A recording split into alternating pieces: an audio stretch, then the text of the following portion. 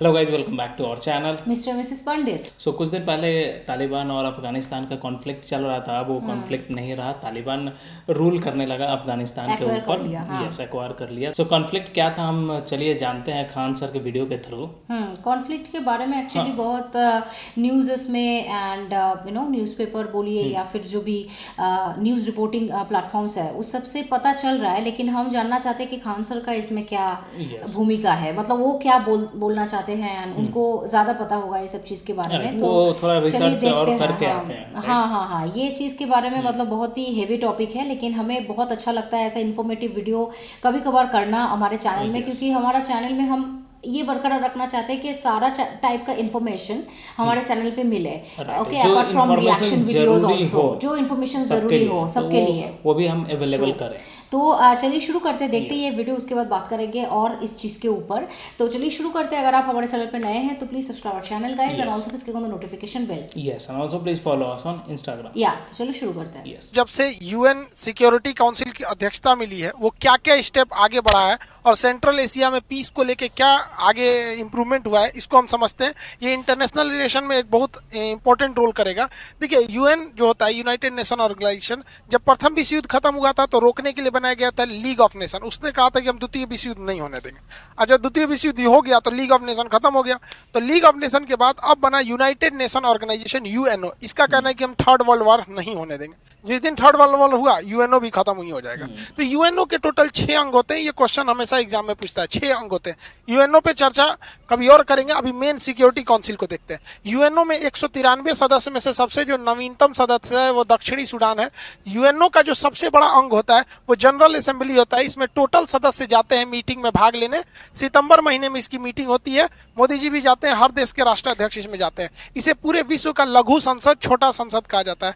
जबकि सबसे मेन जो सबसे बड़ा पावरफुल अंग होता है इसका, वो होता है सिक्योरिटी काउंसिल। इसे दुनिया का पुलिसमैन के नाम से भी जाना जाता है। तो यूएन की ये बिल्डिंग है, ये सारी मीटिंग्स वगैरह इसी हॉल में होती है। बाकी इसके जो ऑफिसर्स वगैरह, जो बाकी प्लानिंग फाइलें वगैरह रहती है, सब में बिल्डिंग में होती है। अब इसमें यूएन सिक्योरिटी काउंसिल को थोड़ा सा समझते हैं। यूएन सिक्योरिटी काउंसिल जो है, इस सिक्योरिटी काउंसिल में, इसे शॉर्टकट में यूएनएससी कहते हैं, यूएन सिक्योरिटी काउंसिल। इसमें टोटल 15 मेंबर होते हैं।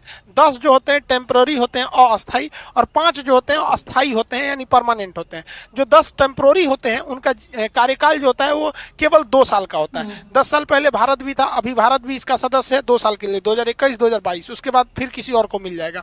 जो परमानेंट सदस्य होते हैं उनकी सदस्यता खत्म ही नहीं होती। जब तक यूएनओ रहेगा तब तक वो रहेंगे। इसमें 5 देश आते हैं, अमेरिका, ब्रिटेन, फ्रांस, रूस और चाइना। भारत इसमें नहीं आता है। हालांकि यह सदस्यता भारत को दी जा रही थी, किंतु भारत से उस समय आजादी के बाद बहुत ही ज्यादा पैसे की डिमांड थी, क्योंकि यूएन का खर्च उठाना पड़ता है। तो भारत को यूएन का खर्च नहीं उठाने की क्षमता नहीं थी। उसने, नेहरू ने क्या किया, कहा चाइना को ऑफर कर दिया। ये उनकी सबसे बड़ी भूल साबित हुई। तो हम लोग अस्थायी में, जो अस्थायी वालों को कोई खास पावर नहीं मिला होता है। अस्थायी सदस्य जो होते हैं, उन अस्थायी सदस्यों के पास एक विशेष पावर होता है। विशेष पावर को कहते हैं वीटो पावर। वो चाहेंगे तो किसी भी प्रस्ताव को रोक सकते हैं। पूरी दुनिया राजी हो, लेकिन किसी 5 में से कोई एक कह देगा नहीं, यानी वीटो, तो वो प्रस्ताव रद्द कर दिया जाता है। तो वीटो का पावर बहुत ज्यादा है। वीटो उन्हीं को मिलता है जो परमानेंट मेंबर होते हैं। अब हम लोग परमानेंट मेंबर नहीं है। अब हम लोग को क्या करना पड़ता है, जाके वहां पे अप्लाई करना पड़ेगा, हमें परमानेंट मेंबर चाहिए। तो यूएन के 193 में से लगभग 2/3 मेजोरिटी हाँ कहना चाहिए, और साथ ही साथ उसमें ये 5 का रेडी रहना जरूरी है। इसमें चाइना सबसे बड़ा अरंगा लगा देता है। अब ये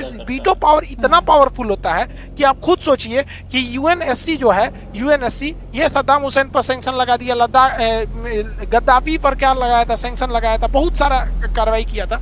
लेकिन 1971 में जब भारत पाकिस्तान का पूर्वी पाकिस्तान पर हमला करके उसे बांग्लादेश बनाया, तो यूएन में चाइना उठाने का मुद्दा किया था, इसको पाकिस्तान ने भी किया था, लेकिन रूस ने वीटो कर दिया कि नहीं, ये प्रस्ताव, इस पर चर्चा नहीं होगी, खत्म हो गया। यहाँ पे जब भारत ने 370 को हटाया तो पाकिस्तान ने भी सोचा कि इसको पूरी अच्छे से उठाया जाए यूएन में। वीटो करने के बाद वो भी खत्म हो गया। तो दुनिया में सबसे ज्यादा अगर वीटो किसी ने किया है तो वो रसिया ने किया है, यूएसएसआर ने किया है, और सबसे कम अगर वीटो किया है तो चाइना ने किया है। चाइना और फ्रांस बहुत कम करते हैं। चाइना दूसरे के मैटर में नहीं पड़ता है। चाइना का काम है, हमको अपने मतलब से मतलब रहता है। अभी भारत का कहना है कि हमें भी इसमें यूनाइटेड नेशन में परमानेंट मेंबर चाहिए, ताकि हमें भी वीटो पावर मिल सके। तो ये जो नया जो बुढ़ऊ बने हैं, तो डोनाल्ड ट्रंप का कहना था कि भैया चलो हम भारत को परमानेंट सदस्य देते हैं ताकि उसे वीटो पावर मिल जाए। लेकिन ये जो बुढ़ऊ आए हैं, इनका कहना है कि भारत को हम परमानेंट सदस्य बना देंगे, लेकिन उसे वीटो पावर नहीं देंगे। मतलब समझ रहे हैं ये बुढ़ऊ का क्या कहना है कि हम बियाह करा देंगे लेकिन दुल्हन नहीं देंगे। तो सोचा बियाह के लिए कौन फायदा है, तो क्या फायदा है? तो हम क्या करेंगे अस्थायी सदस्यता। कभी कभी अमेरिका की हरकतें हमें यह सोचने के लिए मजबूर कर देती हैं कि रूस ही है हमारा परम मित्र। खैर हमें यह भी प्रस्ताव नहीं ठुकराना चाहिए, क्योंकि अगर हमारे पास परमानेंट सदस्य हो जाएंगे, वीटो पावर नहीं मिलेगा, तो कम से कम परमानेंट सदस्य होने के नाते हर मीटिंग में हम हमेशा बैठेंगे। तो ऐसा थोड़ी है कि 2 साल के लिए बैठेंगे उसके बाद नहीं बैठेंगे, हमेशा बैठेंगे, प्रभाव रहेगा, फिर धीरे धीरे कर लेंगे। क्योंकि हमारे पास देखिए वीटो हम लोग ले लेंगे पहले एक बार परमानेंट हो जाए, क्योंकि हमारे पास इसका अच्छा खासा एक्सपीरियंस है। अंग्रेजों से जब हम लोग आजादी मांग रहे थे 1919 में, तो जलियांवाला बाग हत्याकांड वगैरह हो गया, तो अंग्रेजों को लगा भारत वाला फिर पीट देगा सर, तो उन्होंने 1919 में आजादी नहीं दिया। उन्होंने कहा कि राज्यों का आधा शासन हम भारतीयों को दे रहे हैं, मतलब देश पूरी तरह अंग्रेजों के पास रहेगा, राज्यों का मेन चीज भी अंग्रेजों के पास रहेगा, और राज्य में कुछ एरिया में शासन करने का शक्ति भारत को दे देंगे, जिसे राज्यों का द्वैध शासन कहा गया। बाद में भारत ने 1935 में जो अधिनियम आया, भारतीयों का दबाव बना, कहा कि हम पूरा राज्य हमारे कंट्रोल में रहेगा और देश का भी आधा हिस्सा हम ही कंट्रोल करेंगे।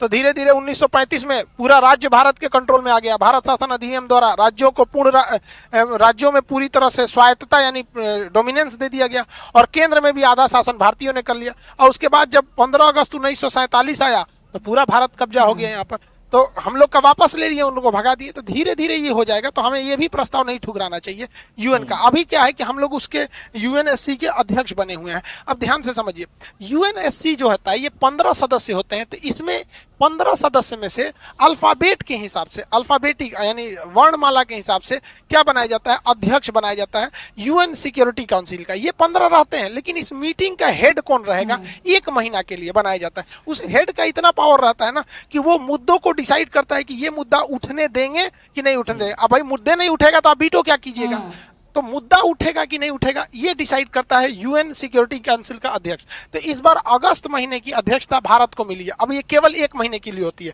जून में यह अध्यक्षता जो थी वो चाइना के पास थी, जुलाई में एस्टोनिया के पास थी, अभी अगस्त में भारत के पास आया। अब सितंबर में ये आयरलैंड के पास चला जाएगा।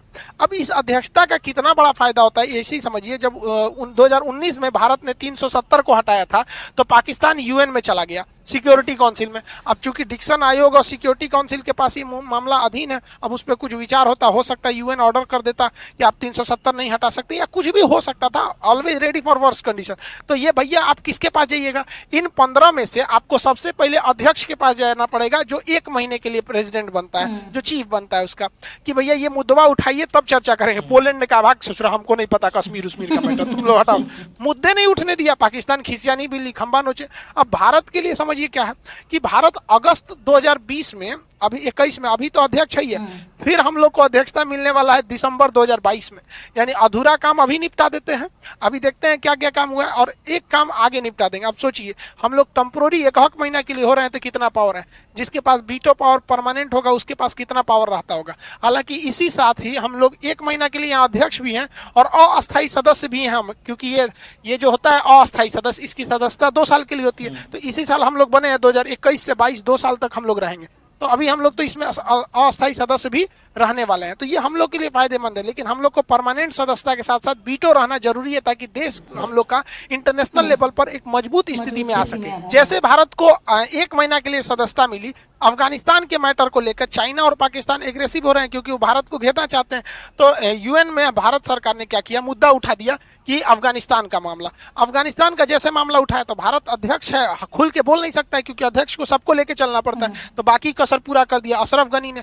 तो भारत ने एक प्रस्ताव पारित करा लिया और सारे देशों से ये राजी करा लिया वहां पर यूएन सिक्योरिटी काउंसिल में, कि अगर तालिबान कब्जा भी कर लेता है अफगानिस्तान में, तो उसे कोई देश मान्यता नहीं देगा। तो जो तालिबान सोच रहा है पॉलिटिकल मान्यता के लिए, अब वो उसको नहीं मिल पाएगा, क्योंकि इस पर पूरी तरह से प्रेस रिलीज करके ऑफिशियली साइन भी कर दिया गया है इस पर। अब इधर इस बीच मीटिंग हो ही रही थी, ताकि अफगानिस्तान ने भी मुद्दा उठा दिया कि तालिबान में अगर शांति चाहिए, अफगानिस्तान में अगर शांति चाहिए, तो तालिबान को काउंटर करने के लिए पाकिस्तान पर बैन लगाना पड़ेगा। तो इन लोगों ने पाकिस्तान पर ट्रेड सैंक्शन थोपने चालू कर दिया है। अब पाकिस्तान के ऊपर दबाव है कि अगर आपको सेंट्रल एशिया में व्यापार करना है, तो अफगानिस्तान आपको जमीन नहीं देगा, अपना प्रयोग करने नहीं देगा, क्योंकि आप तालिबान के लिए जा रहे हैं। तो पाकिस्तान जो है, एक और भारत से तो सैंक्शन लगा ही दिया, उधर से अफगानिस्तान लगा दिया, ईरान पे जाएंगे तो अमेरिका इनको ठोक देगा, बेचारा घिर गया है यहाँ पे। अब इसके लिए केवल इसका अब्बा बचा हुआ है, चाइना यहाँ पर।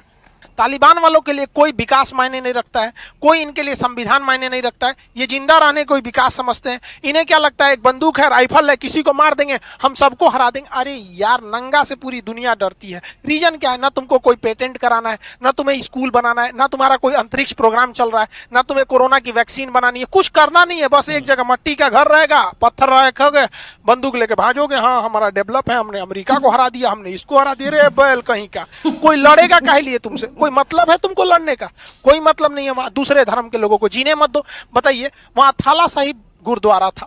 ये गुरुद्वारा की इतनी पुरानी खासियत थी कि इसमें खुद गुरु नानक जी देव जी ने वहां अपने पैरों को रखा था, मतलब वहां गए थे। वहां से इन लोगों ने झंडा जो होता है, निशान साहिब, तो सिख धर्म में एक्चुअली क्या होता है, हर पवित्र चीज के आगे साहिब लगाए जाते हैं। इवन हम लोग पटना में रहते हैं, तो यहाँ 10वें गुरु जी का जन्म स्थली है, तो वहां पटना के उस एरिया को पटना साहिब कहा जाता है। तो ये उनके हिसाब से, तो ये जो निशान लगाते हैं ना, निशान साहिब, इसको हटा दिया। और तालिबान ने कहा हमने नहीं हटाया। अरे इससे तू नहीं चोट्टा कहीं का, तुमने नहीं हटाया तो कौन हटाएगा? वहां मतलब ये सब किसी को, अब बताइए, वहां महिला, एक महिला, कपड़े थोड़े से टाइट फिटिंग थे तो उसको गोली मार दिया। दुकान पे महिलाएं काम नहीं कर सकती हैं, और ये लोग ससुर दिन बाद गोलियां चलाएंगे। लोग अफगानिस्तान की स्थिति को ये बर्बाद कर देंगे। हद देखिए, OIC, इस्लामिक ऑर्गेनाइजेशन कंट्री, 57 देश है।